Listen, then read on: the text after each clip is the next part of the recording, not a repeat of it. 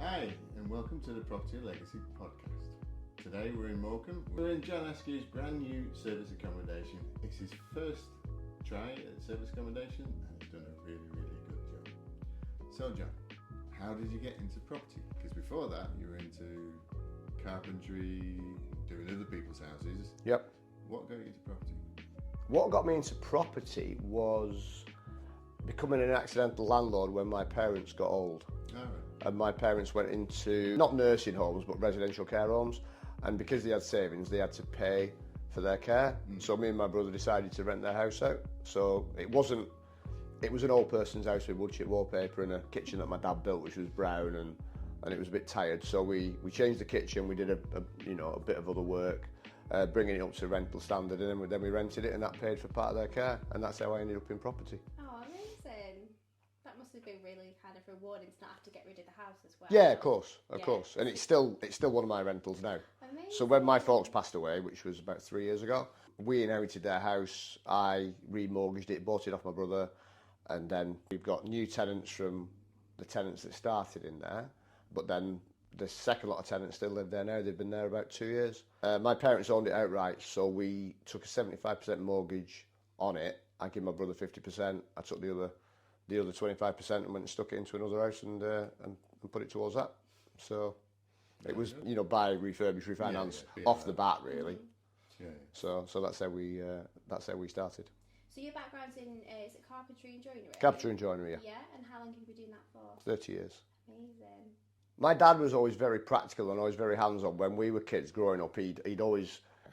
I think the world was a different place, wasn't it? I don't think that many people always sort of brought trades in and did this, that and the other. Yeah, he did. And my dad's the war generation, so he didn't like spending money. Even though he had it, he didn't like spending it, so he did everything himself. And he steered me into doing joinery. And I find it something really rewarding. I like to be able to... I like taking a piece of timber and turning it into something beautiful, such as that, for instance. That's just an old scaffold board, but you can see it doesn't look like an old scaffold board. It's just like, you can turn it into something really beautiful, and that's simple. But all around the house there's different pieces. Like the dining table is just a slab that we've turned into a dining table, and I've always liked the creativity of it. Yeah. And I have really high standards, so I like doing stuff that's a bit outside of basic joinery. Yeah.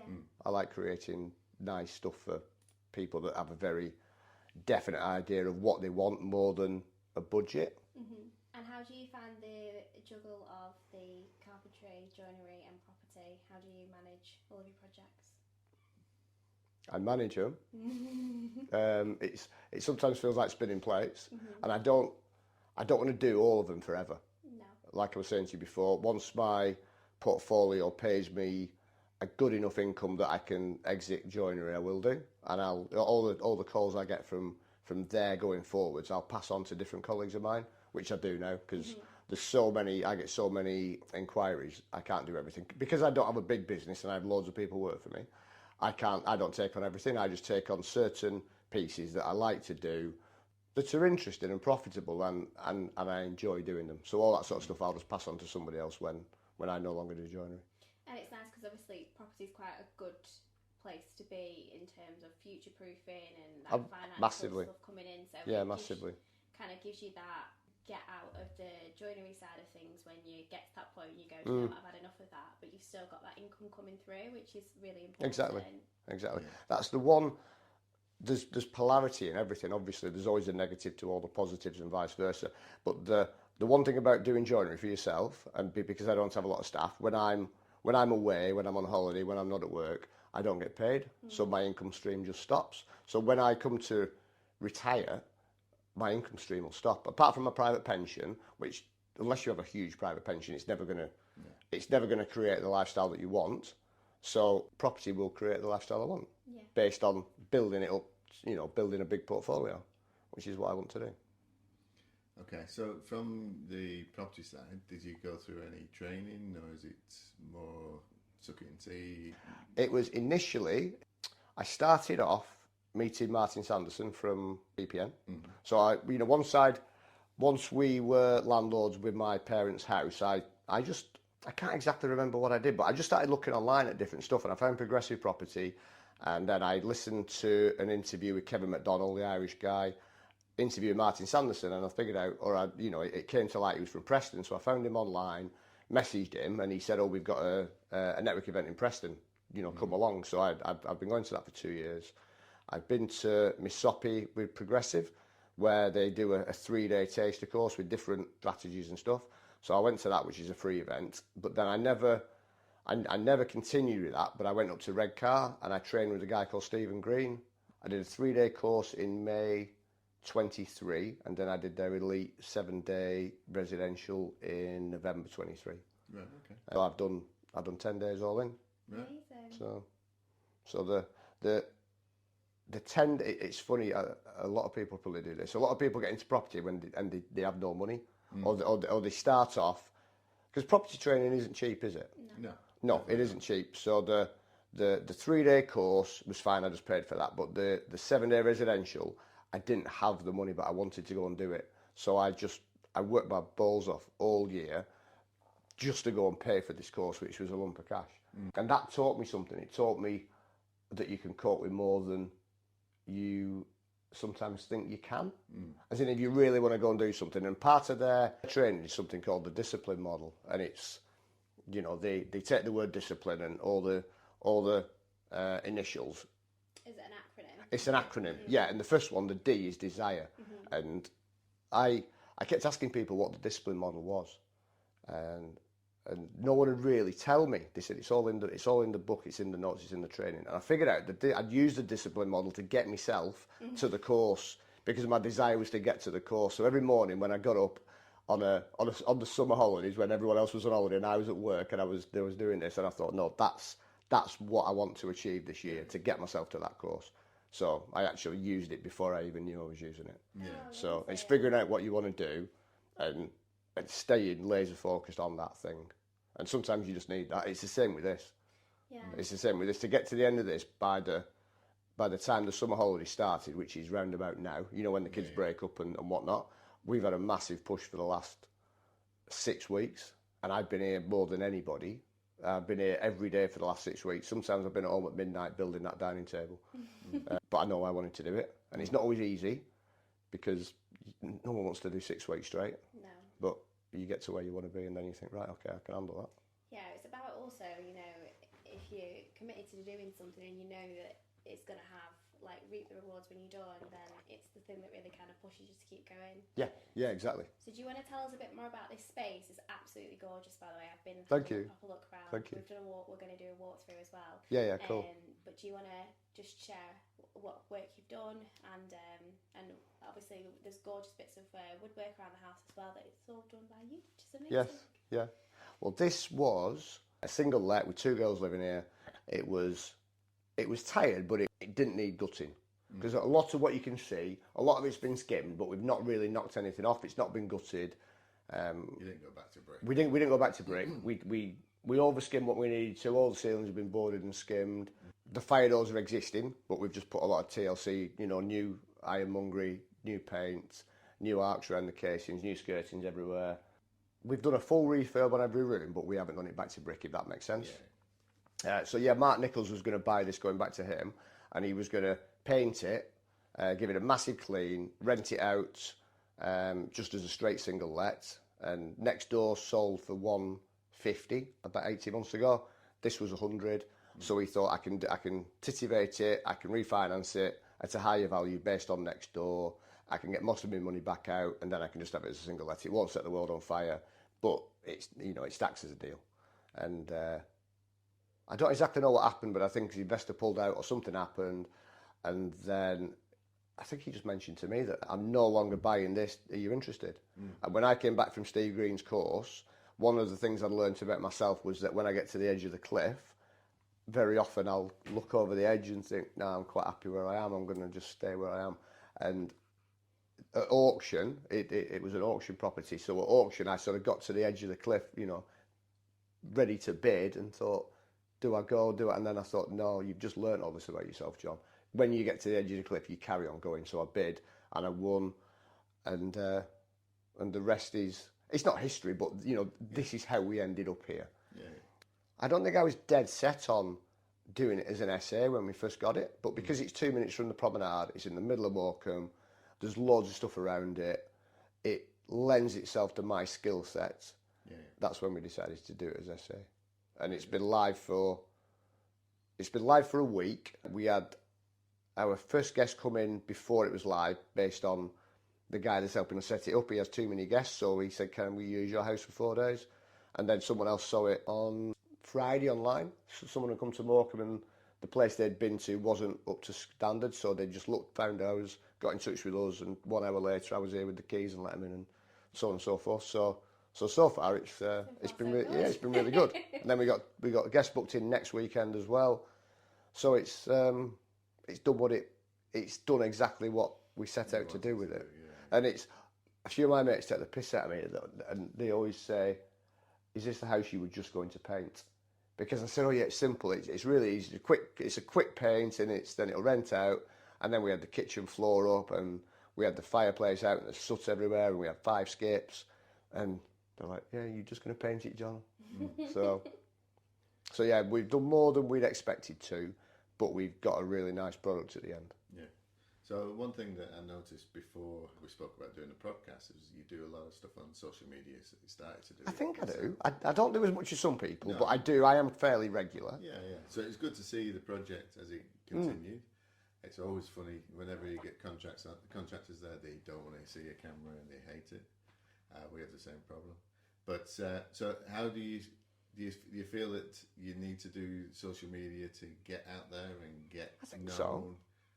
I think so. What's your kind of end goal with your social media? With social media, just so people know what you're doing. Because there's no, I'm always talking about wanting to work with investors, and this is something I haven't done so far, and I think that's probably a limit of mine.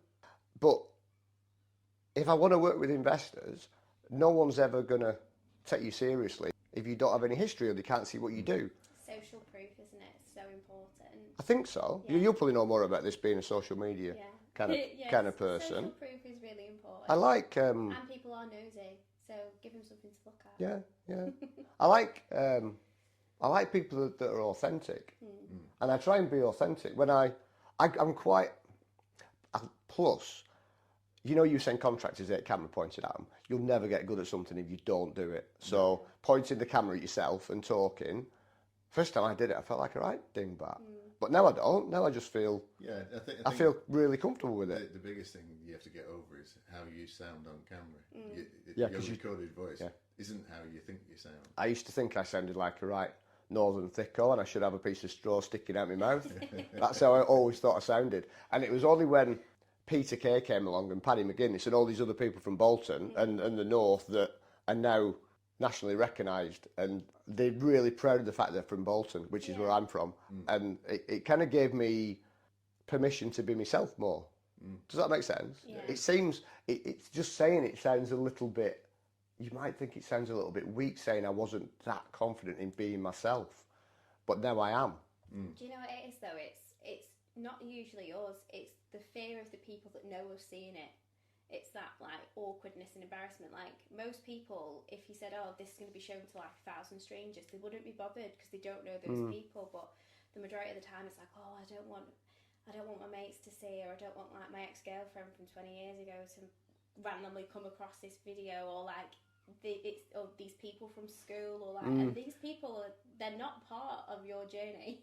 They're not part of your journey, and you have to kind of remove everyone else from the picture and go, this is what I want to do. And once you kind of remove those kinds of people and these opinions that they may or may not nothing have, to do with them, is it? Nothing to do with them. No, it's absolutely not. But it comes down. It's your self-limiting belief. 100%. And until you break through that, it's always going to be there.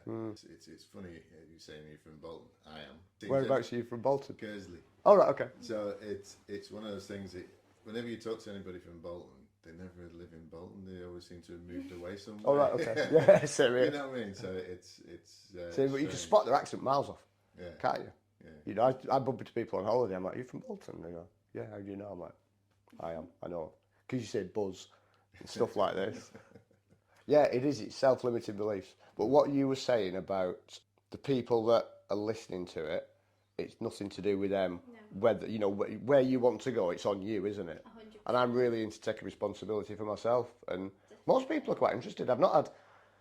I've not had any haters yet.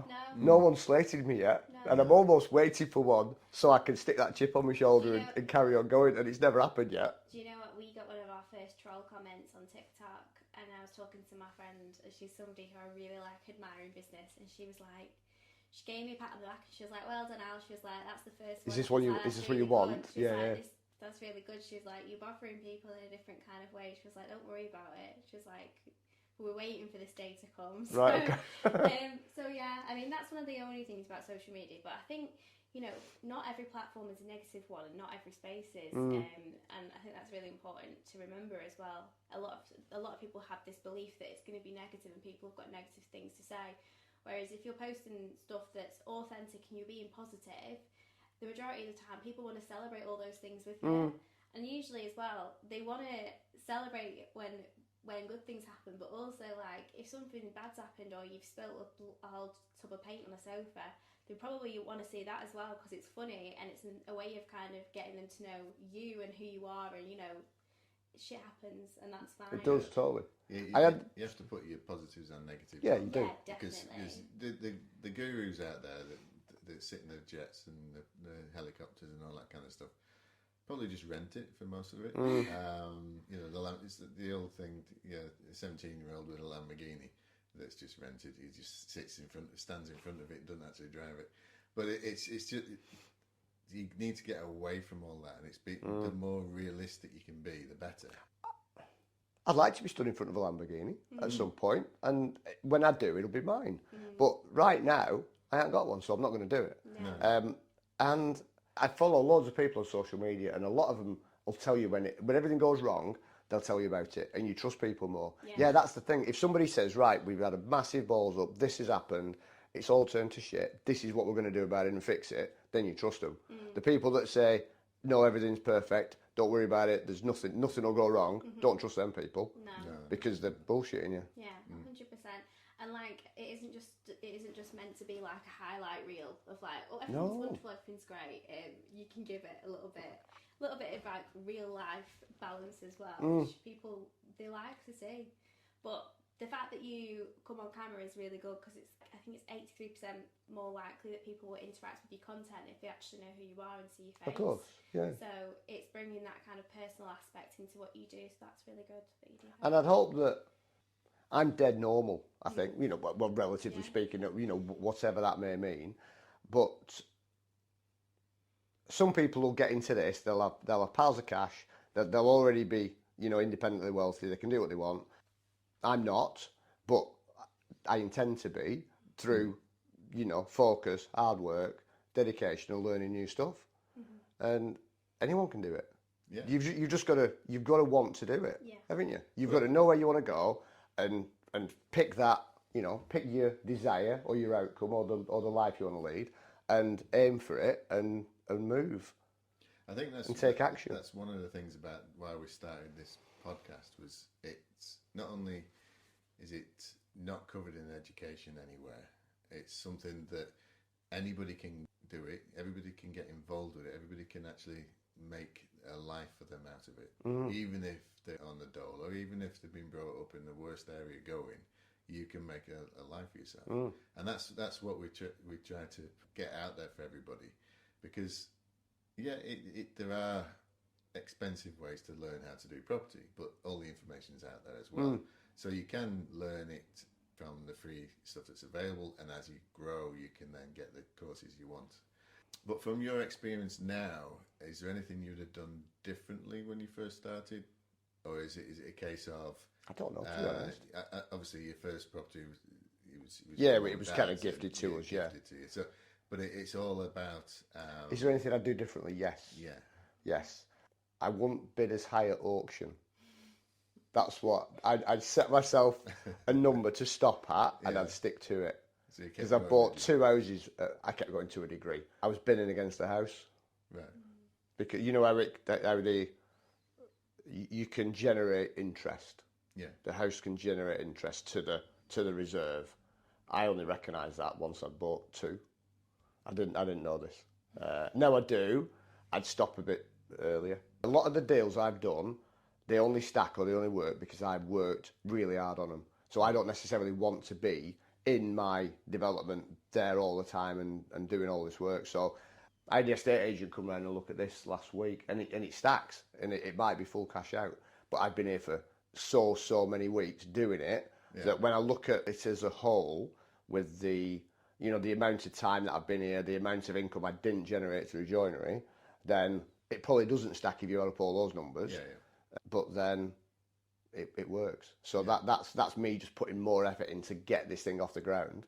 Because I know that when you want to get anything rolling, it takes more effort than once it's got momentum. It doesn't take as much effort to keep it moving, but getting it moving is hard. And that's what it's felt like at the start of this journey into investing in property. That it's taken a lot of work to get it moving, but I like doing it. And I can see why I'm doing it. It's not easy. It's not easy at all. No. So anyone that wants to get into property, anyone can do it, but it's not easy. This has been really hard. It's been a right challenge, but it's cool. And then I look back on it, and you soon forget about all that.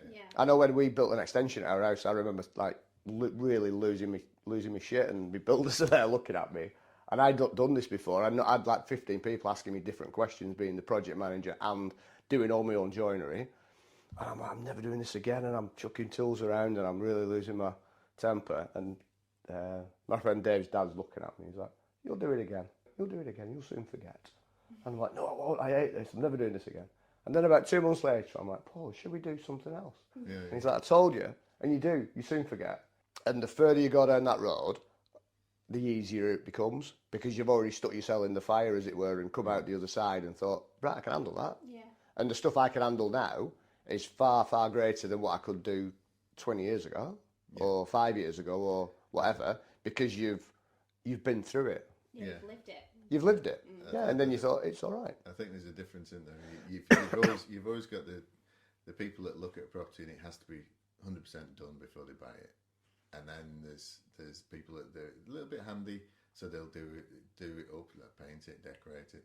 And then there's builders that'll just look at a pile of rubble and go, "Yeah, that'd be great." Yeah, it's all right. It's like, I bought two of them. Needs new floors, not a problem. It's got damp everywhere, not a problem. It can be fixed. Yeah, that's the last one we bought. Put the roof back on, not a problem. It's just got to be done. And you need people like that. Otherwise, one, the properties would never get sold, and two, this whole process that we're talking about, it might not be a thing, because the ideal property is one that's not completely knackered, but needs a pile of work doing to it that nobody really wants to buy, that you can then buy at a price that makes it work as a deal. Well, that's it. The good thing about this property is that you talked about the fact that everybody was. I don't know why no one bought it. Yeah, they were looking at it from a single rent, whereas you bought it and then did the service accommodation. So immediately you're earning a lot more than you would have done as a basic rent, but you've got that rental as a backup. So you've got room to be flexible. You've got room to maneuver, try it out, see how it goes. So I think that's the good thing about the way you did this deal was the fact that you didn't just go along, all right, it's just a rent. I was a bit but I was a bit, what's the term, blasé. Yeah. I won't say I went in with this really perfect strategy of what I was going to do. I just bought it, but I got 3 exits. Yeah. Worst case scenario, I just let it out as a single let. I'm going to run it as SA, and it's been completely full the first week. It's booked the second week, so I think it's going to work. It's funny, all the way through, I was never, though I'm dead confident in my own ability and what it's going to look like and the finish we've achieved, because I've never done it, I wasn't 100% sure whether it'd work. Whether the people come on holiday to Morecambe, but they do. And the third exit is selling it, because we had it valued, and the agent come round and his jaw hit the floor as well, and he said it's probably worth between about 195 and 200. Yeah. The condition it's in next door is just sold for a bit less than that. So in which case it stacks. Yeah.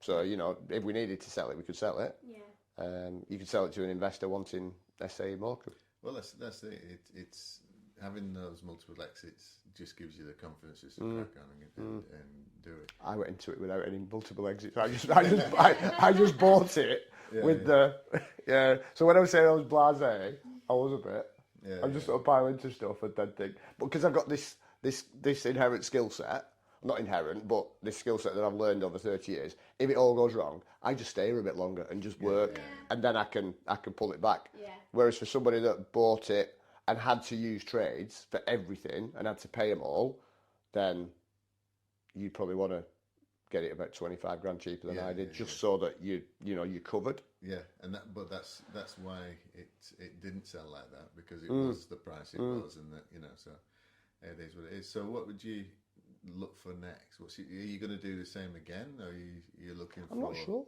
We've got a buy-to-let going on at the minute that some pals of mine are working on, so we're on bridging with that, so I want to be out of that as soon as I can. So next couple of months, we'll get it off bridging, put it on a just on a standard buy-to-let remortgage, and then we'll get it tenanted, and then we'll carry on from there. Initially, I've got to catch up with my joinery business and catch up with the swathe of debris that's behind me. All the stuff that's been shelved, which is just like your day-to-day life. My joinery business, I've got to catch up with private clients and get their projects done. Look for something else. Get this working automatically, because my wife's going to manage this initially. We've got all the systems set up. I don't think we need a management company because we've only got one. I think we can. We've got really good cleaners in place. We've got a laundry company in place. Paula can, she can manage the booking. She's pretty good with IT. So we'll get this working smoothly, and then I'll go look for another project. And I don't know whether you met Andy Thomas. I don't think so. Andy Thomas. I met Andy Thomas at PPN, and he was talking about people asking him what strategy he does, and he said, my strategy is being a property investor. It's not be, single lets, or it's not SA, or it's not HMOs. It is just investing in property.